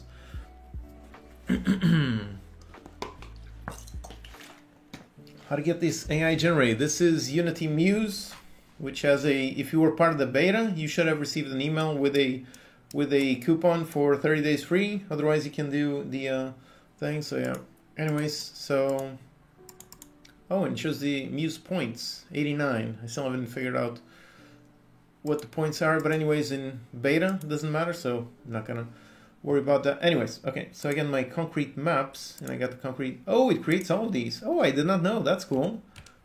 I thought it just made the normal maps. Hey, someone asking, does it generate? And yep, it does generate. I thought it would just generate the normal map, but no, apparently it generates all of them. Okay, so that's useful. That's interesting. That is interesting. So if I put it on there, and yep, I mean, that does look like concrete, I suppose. So I guess basically the thing is I wanted to see if I can put this on another project, and I assume I can. So if I just show in Explorer, I open up these. Now let me go into the other project, which is actually on, wait, this is Dinky Gardens, not this one, this one. This one's on the 22 LTS, so this one technically does not have thing, but if I open up on the project and I paste it in, and there you go, got my concrete maps, got my concrete, and if I put it on there, and okay. Oh, it's a shader error. I thought it was going to be a URP thing. Oh no! Oh crap, oh that's annoying. Yeah, it seems to be using a Muse shader. Oh, that's annoying. I definitely expected this to work. So do I just need to copy the shader? Where's this shader? Can I save this shader to a different place? Because yeah, if you use a Muse special shader, does this use anything specific that only works on 23? Let me see. Yeah, save as. Let me save it on somewhere. Why did that just open on a new window? I don't know. Hey, congrats on 500k. Thanks so much. Thanks for being here. I mean, the only reason why I hit 500k is because all of you are here. So I really hope the videos have helped you. Thank you all so much for watching them. It's always a fun two-way thing. Just select a different shader. Yeah, I guess I could use just a different shader, but I tried copying the shader. Will it import or does it have errors? Well, let's see, it's thinking. Does it load up? Does it have any errors? Apparently it has an HD unknown. Okay, I don't know. But it might work. So let's go into the concrete and let's use shader graphs and Muse material. Oh, it works. All right. Okay, so that's cool. So I don't know if they intentionally wanted Muse to be exclusive to 23, but yeah, apparently it's yeah, it's the Tally. But yeah, so apparently you can use Muse on recent versions, so that's cool. All right, that's cool. So basically I just want to try it out just to have an interesting place to put that. But yeah, I mean, this is what I think is like the best thing for the best use case for Unity AI. Like, you probably wouldn't want to use the generated materials in a final game, but for prototyping, instead of using just a basic, boring gray box prototype, yeah, I think like this, it can be quite good. So, like, for example, on this demo, instead of having the scene like this, I can have just this one off to the side. Let me grab there you go, the projector. And yep, I can project onto that one. And yep, like this, I've got a bit of a more interesting scene. All right, that's cool. Working on right now. I'm just building up a demo scene so I can then make some tutorials. This one is on the URP decal projector, which is an interesting one that I haven't really used too much. It'd be easier to use the Cindy prototype asset back. Sure, yeah. If you use any of the many material prototype packs, that would also work. Yeah, that would definitely also work. Although I do think that since this is built in directly into Unity, I do think this is actually, it helps speed up iteration. Like, instead of having to go into the asset store in order to pick one of the many tons of free textures, I really just write something here, just use it, and just drag it onto the project, use it right away. So yeah, I do think in terms of speeding up iteration, I do think this tool can be quite useful. So yeah. Okay, so Dink Gardens, I don't really need this one anymore. So yeah, basically I just want to try that out and see. So I might as well, I don't know, I guess my problem is I don't have an artist's mind, so I can't even think of something. So like, what can I generate? I don't know. What kind of a wood texture? Tell me things to generate so I can try out this tool and see what it does. Do game objects need collider for the projector to work? Nope. Or I'm pretty sure it doesn't. Like, if I move this collider, nope, yeah, it's all, because this is all just a visual rendering depth sort of thing. So nope, it does not require a collider in order for the decal to hit. Hey, look at that, some wood textures, and yeah, I guess this does look like wood. So mossy dirt. Okay, let's see that one. That one sounds interesting. Generate a code monkey. Okay, I'll try that when I go into the Muse sprite. Hey, mossy dirt. This doesn't look quite mossy. So if I edit this and I put it as a material, it doesn't look like mossy dirt. And let's see on the scene view. Let me make a 3D plane. Hey, Eugenio, thanks so much for being here. Yeah, thanks for the live streaming award. That was a very unexpected, but yeah, thank you all so much for voting. It's a fun thing. Coffee time. Hey, thanks so much. Okay, so it does seem to work for a mossy dirt, and if I put it, oh yeah, it looks a little bit low resolution, which wouldn't be an issue by modifying the scale, but still, I'm pretty sure this has a, if I put it on 5.5, yep, there you go. I mean, this is definitely save. No, I don't want to save the shade graph.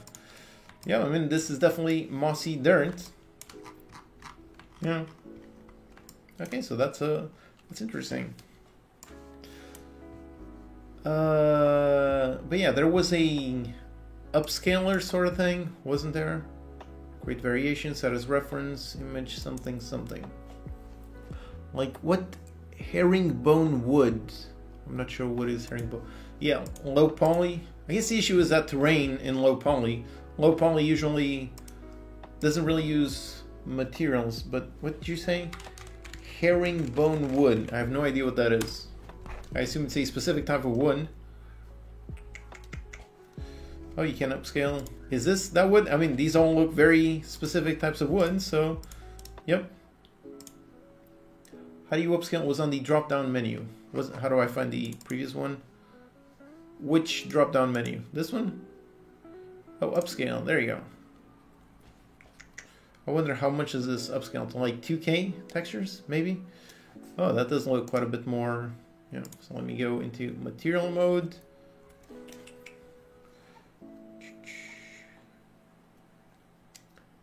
It's usually wooden floor tiles.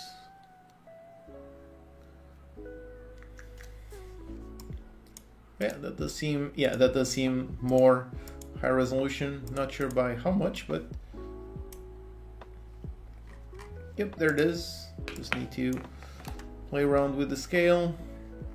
Yeah, I mean, like I said, for basic prototypes, for quickly generating something, I do think this tool can be quite useful. I mean, just have a player here, and boom, you got a player character in a nice thing. Let's actually put this quite a bit bigger. So if I was prototyping a basic first-person player controller,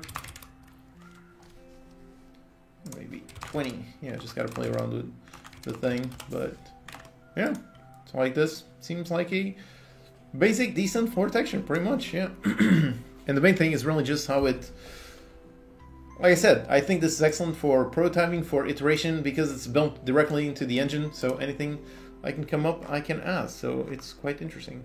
AI created skyboxes. Well, that would be interesting. Yeah, that would definitely be quite interesting. Floor is lava. Does this generate lava? Let's see. Let's see. Oh. Doesn't look much like lava, or does it? I actually don't know.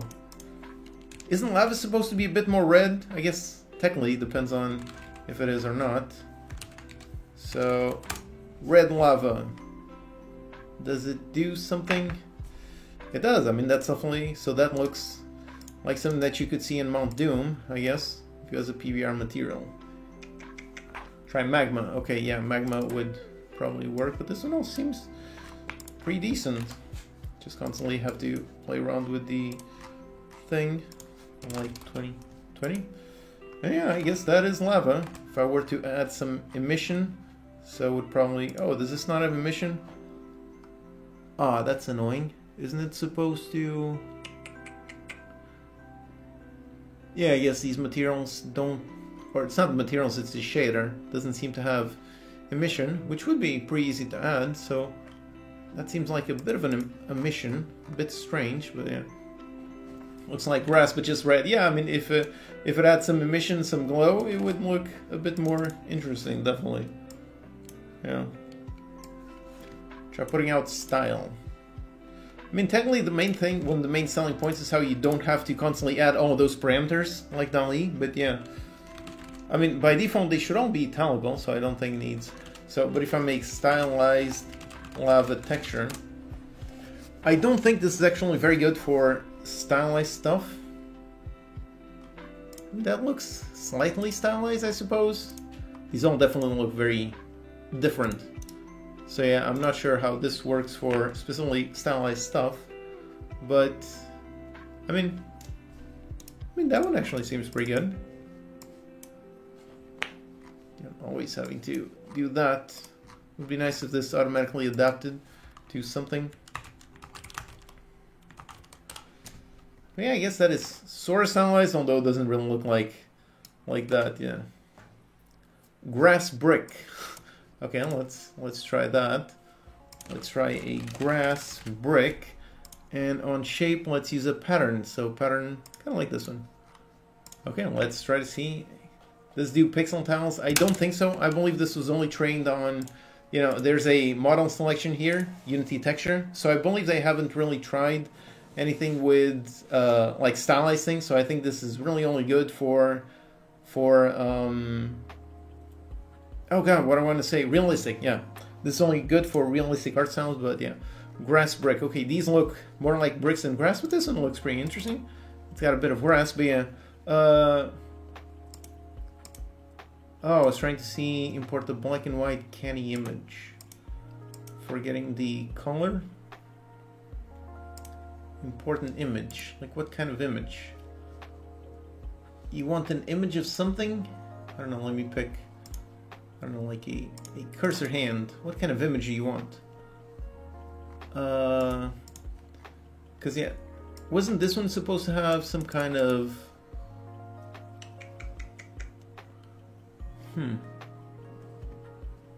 Yeah, on the demo they showed some way of... Okay, I don't know. Some way of drawing. But how do I actually do that? I don't know. Like if I want to modify, like get rid of this part. Okay, maybe that isn't included in this version, because I'm pretty sure it was over here that they dragged something. So yeah, I don't know. What is this image? Like, is it going to do in the shape of a cursor? If I click on, so a grassy tile, grassy brick, and try to generate, he's going to generate the grip. Oh boy. Okay, that's definitely, all right. It's in the middle top. What is in the middle top? What am I missing? Drawing is for the sprite generator. Yeah, the sprite generator does have that, but I'm pretty sure on the texture, they generate some textures. It had a bunch of strange things. There's a pen tool on top. Okay, am I blind? Because I don't see it. This one? No, you mean this one? No, this is the eyedropper tool. I don't see any pen tool. And the shape, no, just says pattern, just says. Go back before the hand bug. Back to what? Select this one. Maybe it's in here. Generation data. What is this? Oh, it uses something. It was there a moment ago. Okay. So I don't see any pen anywhere. Like this one has like a favorite, upvote, downvote, something like that. Branch, I assume that clears. Create variations of this one. Export, upscale, something like that. Up. What am I? Oh, on the middle. Okay, I guess I'm a little bit dumb. All right. Okay. Good. Thanks. Okay. Yeah, it's definitely. Okay, so let me mask out this part and say this one is supposed to have. Well, let's say lava. So like, got a brick with some mask with some lava. Let's see if that does. Oh crap! Did you went back to? Okay, it seems like it generated them, but didn't really add any lava. All right. Maybe that's a bit too strange.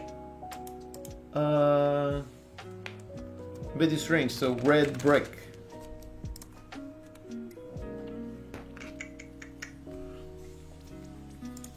Okay, so it's not generating anything in red. It is generating that part, so it is working with the mask, but apparently it isn't reading the prompt. Okay. So I don't know if I'm missing something. I don't think I am, so I think this is just, I don't know, general bugs, things, red moss covered brick. So if I mask out this area, let's also mask out this area right here. Red moss covered brick. And generate. Let's see what it does. Hey, Rogerio, thanks so much. Oh, Super Chat Q, thank you. Sunny Valley, oh hey! Hey, nice, thanks for being here. By the way, your new course on making a farming game looks really interesting, so yeah. Great job on that, does look quite interesting, nice. Okay, so yeah, this one does seem to be broken. Maybe the negative prompt? Okay, maybe they swapped it out accidentally just on the mask. Although it seems strange. I mean, at least the mask is indeed drawing a mask. But yeah, there's definitely something broken here. Because, yeah, look at that. It is a bit... The colors got a bit strange. So like the negative seems to have kind of worked. Because the colors changed a little bit. Yeah. Yeah, I assume it's a little bit broken since it's still in the early access. I'll definitely make sure to... I'm pretty sure I enabled the VOD on this live stream, so I'll definitely send over the VOD for this live stream to the Unity AI team so they can see the issues that I had with the UI and with the thing. Sparkling symmetrical. Okay, that's a very... Let me actually copy that because I don't know if I can write that. That sounds interesting. Okay, let's try that and patterns. No patterns. Just like that. A kaleidoscopic mosaic. Okay, I mean, it does look very... Although isn't kaleidoscopic supposed to have a bunch of colors? Sparkling, colorful. And something with a bunch more colors. Right, yeah, I mean, this looks like a nice mosaic. This one as well. That almost looks like a match 3 sort of background sort of thing. Huh. Let me upscale this and see what it does. Do you have the animation bot? Nope, I need to, yeah, because that one is like... Okay, it doesn't seem like that actually upscaled anything. It seems like it's literally the same image. So probably another bug, even though that one says 2K. But I'm pretty sure, my eyes are not deceiving me, I'm pretty sure these are two exactly the same images. So yeah. DALL-E seems to be much higher quality. Yeah, definitely. That is why, like I said, I really think the strong point for these tools are just for super quick integration, super quick prototyping, and not really for anything that you would use in a final game. I think in order to get to that level, it still needs quite a lot. I mean, but it does work. It does generate something. And if I go and I increase the tiling, and yeah, I mean, that's a mosaic, so it kind of looks like a strange bathroom of sorts. But yeah, that's a background, so you could put this on a wall. And yeah, I guess technically works. Let me see the other one. Did I also install the other one? I did, the sprite generator. I haven't looked into this one at all, so let me actually close out that one. So someone was asking, so let's say CodeMonkey and see what does this generate. Let's see.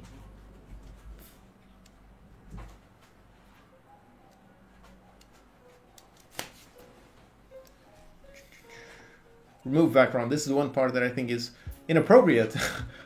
Okay, I don't know what's inappropriate about.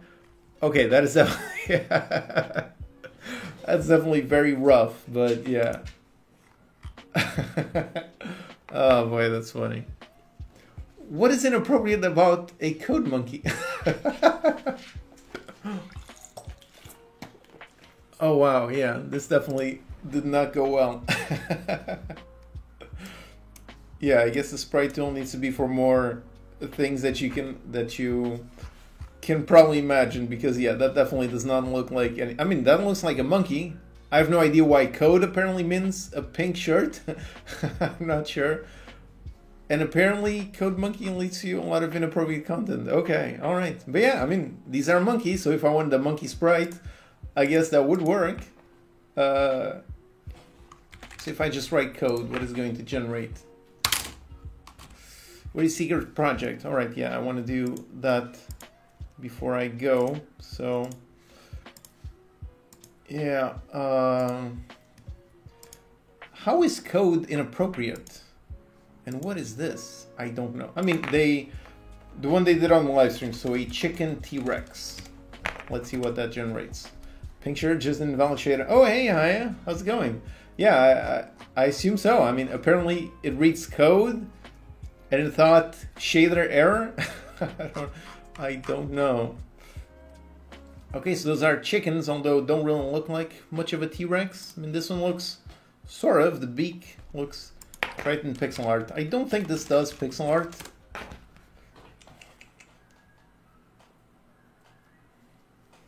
Press on the awards. Hey, thank you so much. Thanks. Not sure it's appropriate to watch this broadcast. Yeah, I don't know. Apparently something about that is inappropriate. Okay, there's definitely something going wrong with this tool, because apparently chicken T-Rex pixel art, apparently that is somehow inappropriate content. Yeah, there's definitely definitely some rough things to be worked out on this one. But yeah, definitely, clearly still a few bugs, clearly very much an early access release. Oh, but hey, I mean, that does look pixelated. I thought it would do it, but apparently the pixel art does work, so that part works. But yeah, I think this was made primarily for like realistic stuff, so if I do like a sword, that one hopefully should be able to generate some kind of sword. Tutorials on adding game purchasable items. Unity has some really great sample scenes on that. I don't remember where they are though, but yeah, on the package manager they do have like the what do you call it? A battle pass. Unity battle pass sample. I'm pretty sure they've got a sample on a battle pass which has a bunch of those. Yeah, they've got a complete sample, so if you're looking for that kind of stuff, I would definitely point you to their official samples, which should hopefully help guide you in the right direction. But I mean, yeah, I guess this does look like a sword.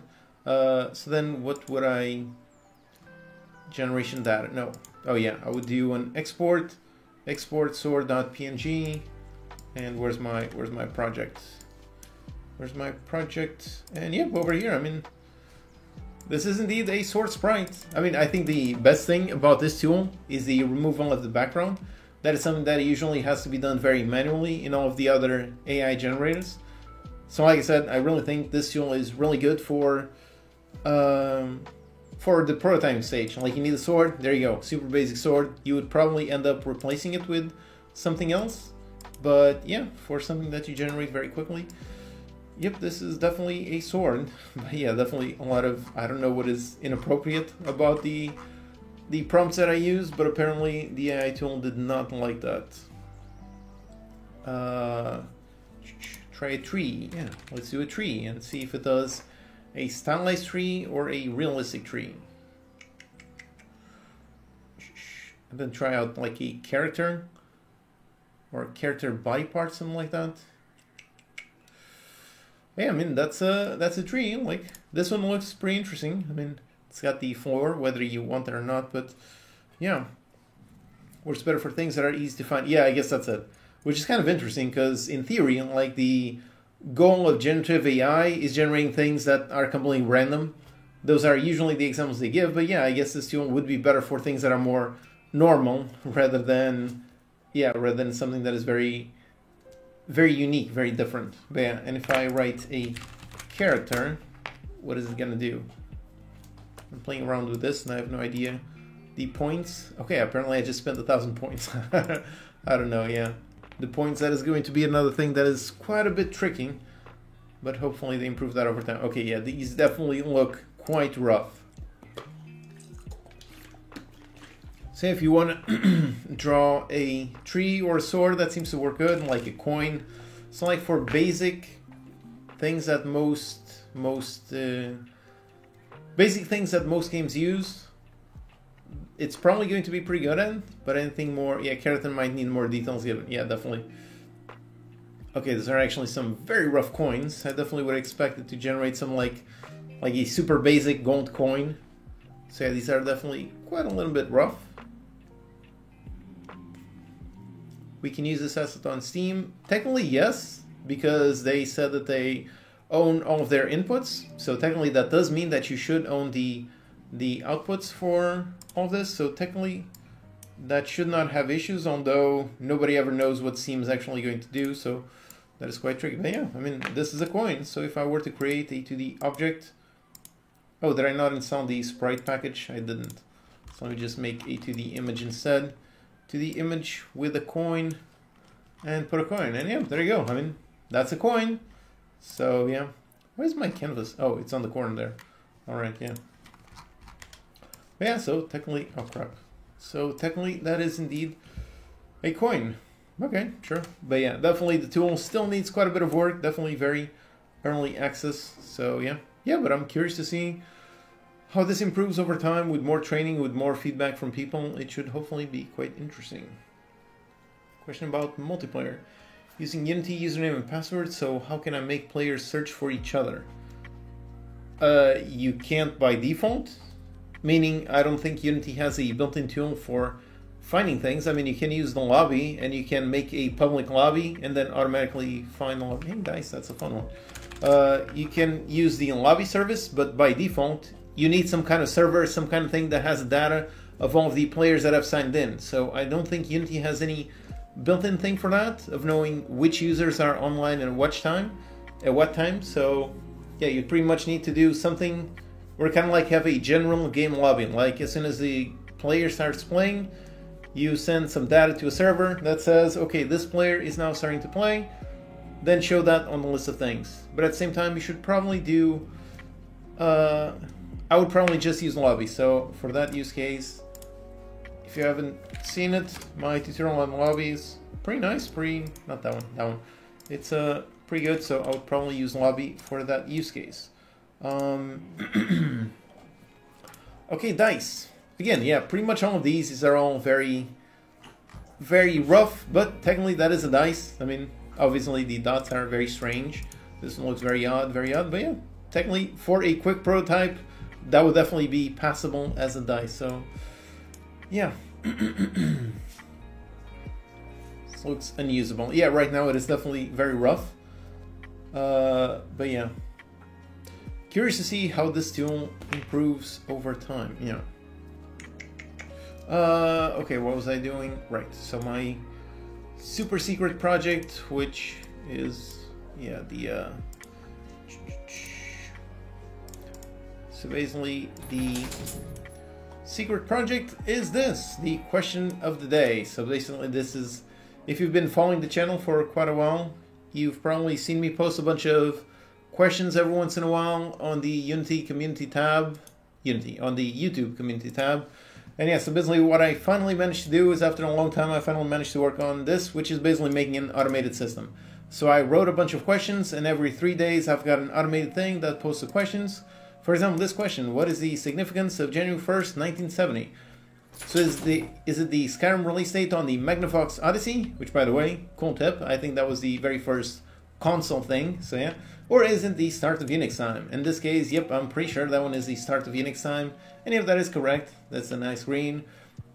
Yep, which are Unix timestamps. So if you don't know what is the significance of this date, that is pretty much a Unix timestamp is just an int counting every second elapsed, and every second elapsed since January 1st, 1970.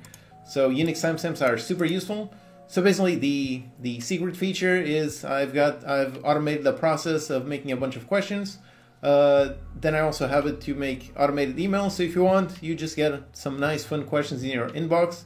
They get generated every 3 days, and then you can try to answer the question, hopefully learn something new, and then you can read a lot of detail on the answer in order to understand, okay, so this one is related to Unix timestamps. Like for example, if you don't know how to get a Unix timestamps in C#, you can do it just like this, so you can get that.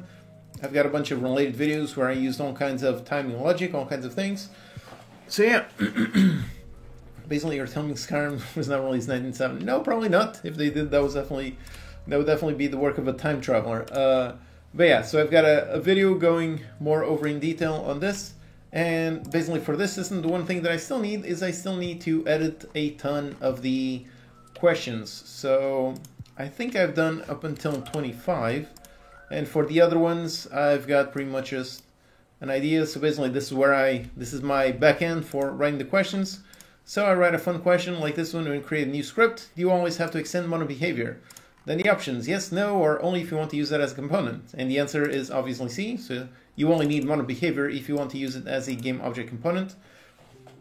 Heard Unix and thought you were making a tutorial about UniRX. Is that a testing tool or a dependency injection? Pretty sure I've heard of it. Yeah, so anyway, so mono behavior is only necessary if you want to have the functions called automatically. However, it is not absolutely necessary. So basically this is the backend where I write the question, I write the answers and all the things. And then that turns into this page. So this is the page that you would see. You would see the question, you try to answer it, and then you see a bunch more details. So hopefully it's a nice, fun way to learn by answering a bunch of questions, and it should be fun on a bunch of topics, a bunch of things. Helpful links to help you learn a little bit, so it should be fun.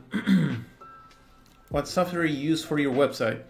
Don't really use any software. I mean, for me, my web dev skills are super basic, like literally bare bones. I pretty much just use the knowledge that I've gained. Oh crap. The knowledge that I've known for about 10 years now. So basically just basic HTML, basic JavaScript, basic PHP, which as far as I know, nowadays in web dev, PHP is pretty much, I don't know, it's supposedly horrible, but for my super basic use case, it does work quite well. So I quite like the language. So it's an interesting one, so yeah. Yeah, so basically I just need to continue. So let me see if I can do like question 26. What is this one? Next space, we need to write final text. Time to go. Hey, bye. Thanks for being here. That's cool. PHP is awesome. Nice.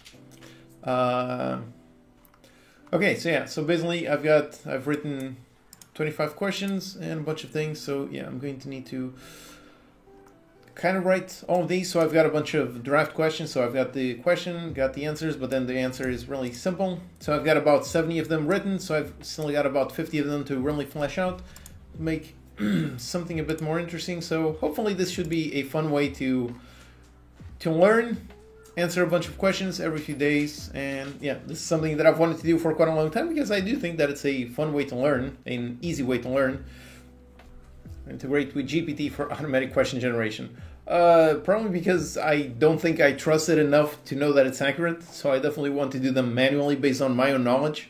So yeah, I definitely want to do them manual. But yeah, over here like this, it's finally managed to automate this process. So it's something that I've wanted to do for a while. And yep, I've got a video talking about it in more detail before I actually enable all of this on the website, because right now it's not yet fully enabled, but yeah, it should be fun.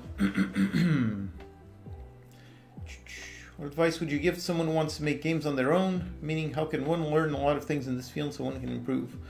The answer is start with the absolute basics. So for me, the main thing that I would point you to is to my free 10-hour course. I think that is a great one for complete beginners and people who are more intermediate users.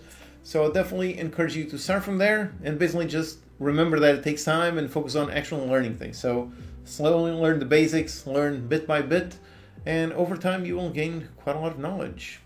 Oh, hey, TJ. Hey, thanks for being here. Nice. Yeah, there's always more to learn with Unity. Yeah, absolutely. I mean, part of the thing that is really awesome about these questions is how they are. This whole thing is automated and it's all random. So, of the 70 questions that I've written, there are a bunch of them that I don't remember. So, I will also be receiving these emails, and every once in a while, also learning or remembering from the things that I've known in the past. So yeah, it's also going to be fun for me since it's such an automated thing as opposed to being manually me picking everything. So yeah, should be fun. Couldn't UI get appreciated in the future? Nope. I mean, IM GUI is still workable in the editor. So yep, nope. The UI, I would say, don't worry about it being deprecated. If anything, people are going to complain that Unity now has 3 UI systems because they don't like to deprecate things. So yeah, it's going to be pretty much like that. Thinking about jumping to the VR space. Yeah, that is definitely one of those areas that I would love to learn. So yeah, it's one of those things that's been on my to-do list for ages. And yeah, it's always hard to find time. I mean, when I was at Unite, I did see a talk about it was specifically from Meta about their Quest 3 and specifically about mixed reality, about the pass-through, and it does seem quite interesting. And they do have quite a lot of new, what do they call it, like blocks, like templates. So like you want to get just a pass-through working, you literally just drag a template and automatically sets up all the scripts on the thing. So yeah, that is definitely one area that I very much would like to get into. Just need to find the time. That is always my issue. But yeah. Live support for animations is a big issue on UI Toolkit. Yeah, that's the thing that I've heard. Is that making animations is still not possible, not doable. So that is why I haven't really gotten into UI Toolkit just yet, because it still seems quite a bit underbaked. How would you handle RTS resources in multiplayer? I would handle it the same as anything else. So pretty much only the host handles the resources. Only the host actually has like the resource manager thing. Only the host handles the totals, and all of the clients, they ask the host, okay, do we have resources to spend this? If so, yes or no. So yeah, pretty much the same thing as on my multiplayer game, on the free multiplayer course. Over here, I also did the recipes. The recipes, these are also the way they are generated and the way they are spawned randomly. These are all only happening on the host. So the host is the one that manages all of that, choosing all the recipes, which one to spawn. So yep, for an RTS, this is only the same thing that I would do. Only the host manages what resource actually exists. Have conflict with multiple clients? No, because all the clients, they don't store any resource. They just ask the host, okay, do we have enough wood to place this? And then the host tells you, yes, we do. And the host actually places the wood and so on. So you wouldn't have multiple resource managers. You would have just one on the host. The client simply asks the host, can we build this or not? Want to learn programming patterns from you. That's actually something that I've wanted to do for a while, is making a course just based on programming patterns. I think that would be quite fun. So one of the many things on my to-do list. If I can eventually get to it, then that should be fun. Plans for Godot courses or tutorials? Not really. I mean, just Unity is really the thing where is all my knowledge. So the reason why I have this channel teaching is because I have 10 years of experience making games with Unity. So if I went to a different engine, it would take me quite a long time in order to get comfortable enough with the engine in order to feel like I can actually teach the people. So yep, pretty much planning to, yeah. What happened to your Discord server? I just couldn't keep up with it. That's pretty much a simple answer. I mean, I'm already so busy trying to answer all the comments every single day, trying to answer all of the emails, all of the course questions, and so on. So yeah, trying to keep up with Discord, which specifically is a real-time thing, that was very, very tricky. So yeah, that is why I couldn't really make it. You have a tutorial on these guys walking around. I do. On the end of this page, if you go to the bottom of that page, over here are the tutorials for how I made this. Oh boy, my voice is really messed up, so I really gotta go. So if you're curious how I made this whole thing down here, this is a transparent Unity window. For the characters, these are all using mesh-based animations. For interacting with YouTube API, that is a simple HTTP request.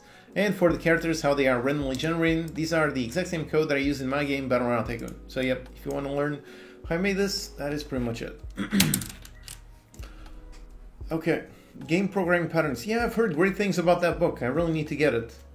But yeah, I've definitely heard that recommendation quite a while. So yeah, I definitely would love to. Because honestly, my issue is, since I never went to college, I don't really have a, what do you call it? Like an official knowledge of patterns. Like, I know how to write code, I know how to use various patterns, but if you ask me what specific pattern am I using here, I probably couldn't tell you. I probably couldn't tell you what is like the factory pattern. I know that involves a factory that constructs an object, something like that, but yeah, I definitely have an issue with finding the names that people use to refer to things. So yeah, I would love to read that book in order to basically assign names to all the knowledge that I already have. I think that would be quite fun, so I would love to be able to do that. Okay, so I think that's going to be it because my voice is really already messed up. Like I said, I have no idea how on earth do people do 12-hour live streams. This seems really impossible. Oh man, I'm really messed up. Anyways, okay. So yeah, thank you all so much for joining me. I hope this was interesting, educational, entertaining. I hope so. I definitely would love to do these more often if I can find a way to set up some kind of schedule. But yeah, anyway, it was fun. I did manage to do a bit of work, so preparing for a lot of future tutorials, a lot of future things. So got a lot of work to do, a lot of things to do, but yep. Thank you all so much for being here. And yeah, let me just set this up, put up the background, and pick up OBEdge, and yep. All right, okay, so yeah. Thank you all so much for being here. I hope you found it interesting. So, yep, thanks so much for watching, and I'll see you next time. Bye, everyone. Thanks. Bye-bye.